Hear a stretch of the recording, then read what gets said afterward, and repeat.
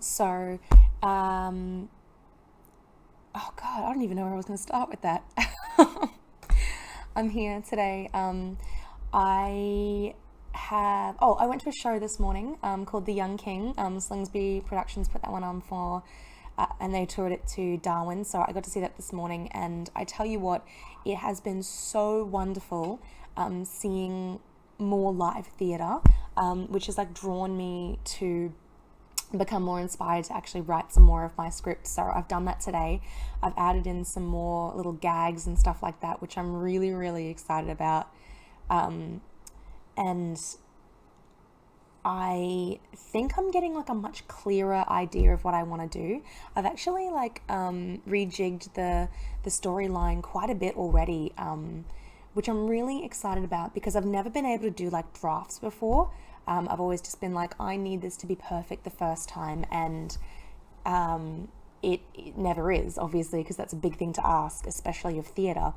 But I was seeing the production this morning, and I got really, really excited about all their lighting design, their stage setup, and like the soundscape and stuff that they had throughout it.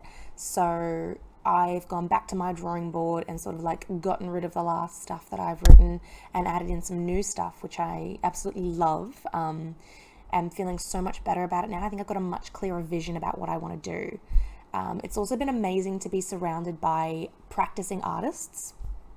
I know back home that there are artists back there, but I feel like in Darwin, because it's a bigger city, there seems to be a lot more like going on. So I'm really inspired by a lot of people here in Darwin at the moment, and have been working on some stuff. I've also got a gig tonight, a stand-up gig for adults, obviously, not for children. So I've been looking into that and exploring some more ideas about my stuff for that gig. I think I've centered that one around communication, and I've rejigged that 4 or 5 different times. So I guess this vlog today is sort of about me exploring how I'm progressing as an artist going through drafts. So I've always had an issue with not having it perfect the first time. So I think that comes a little bit from being a bit of a perfectionist in life, but like a procrastinating perfectionist. So I'll put things off and off and off until the very, very last minute, and then I have to get them done, and I want them to be perfect when I do them because I don't have any more time. So I've sort of like created this terrible circle of stuff that is not beneficial in any way. So I'm so glad that I've been able to like explore the idea of drafting. And my book that I've got at the moment is full of like pages that I've sort of like scribbled all over.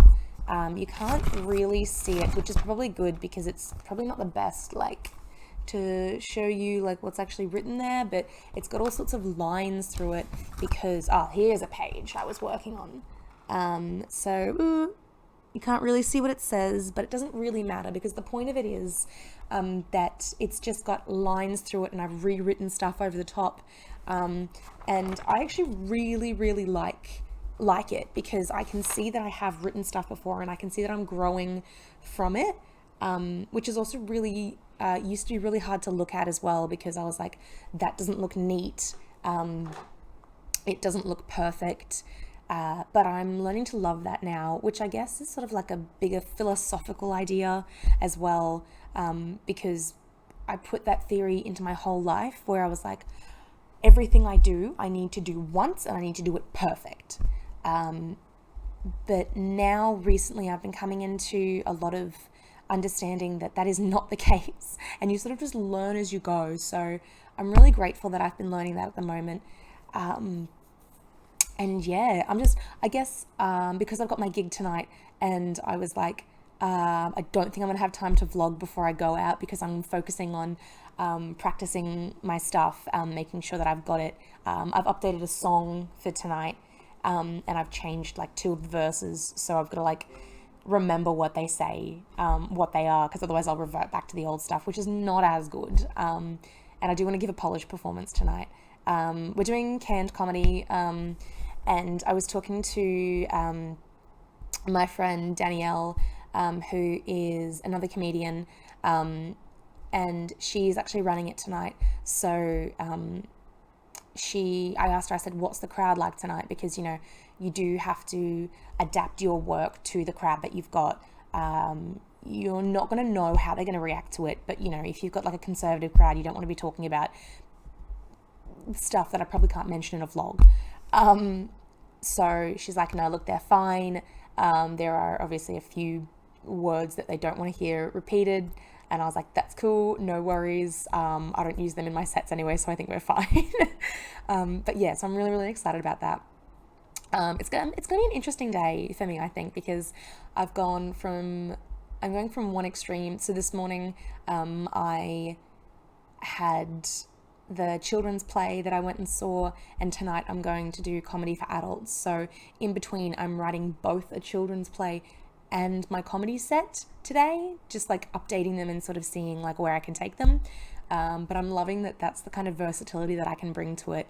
I also had a staff meeting this morning for my job working with children, so I was like, different kind of brain context over here. But I guess my main focus was that I'm really excited that I'm actually learning how to develop as an artist and grow doing drafts. So I think that's probably where I'm going to leave my vlog for today. Like, share, subscribe, all of those things that make this great. And I guess I'll catch you guys next time.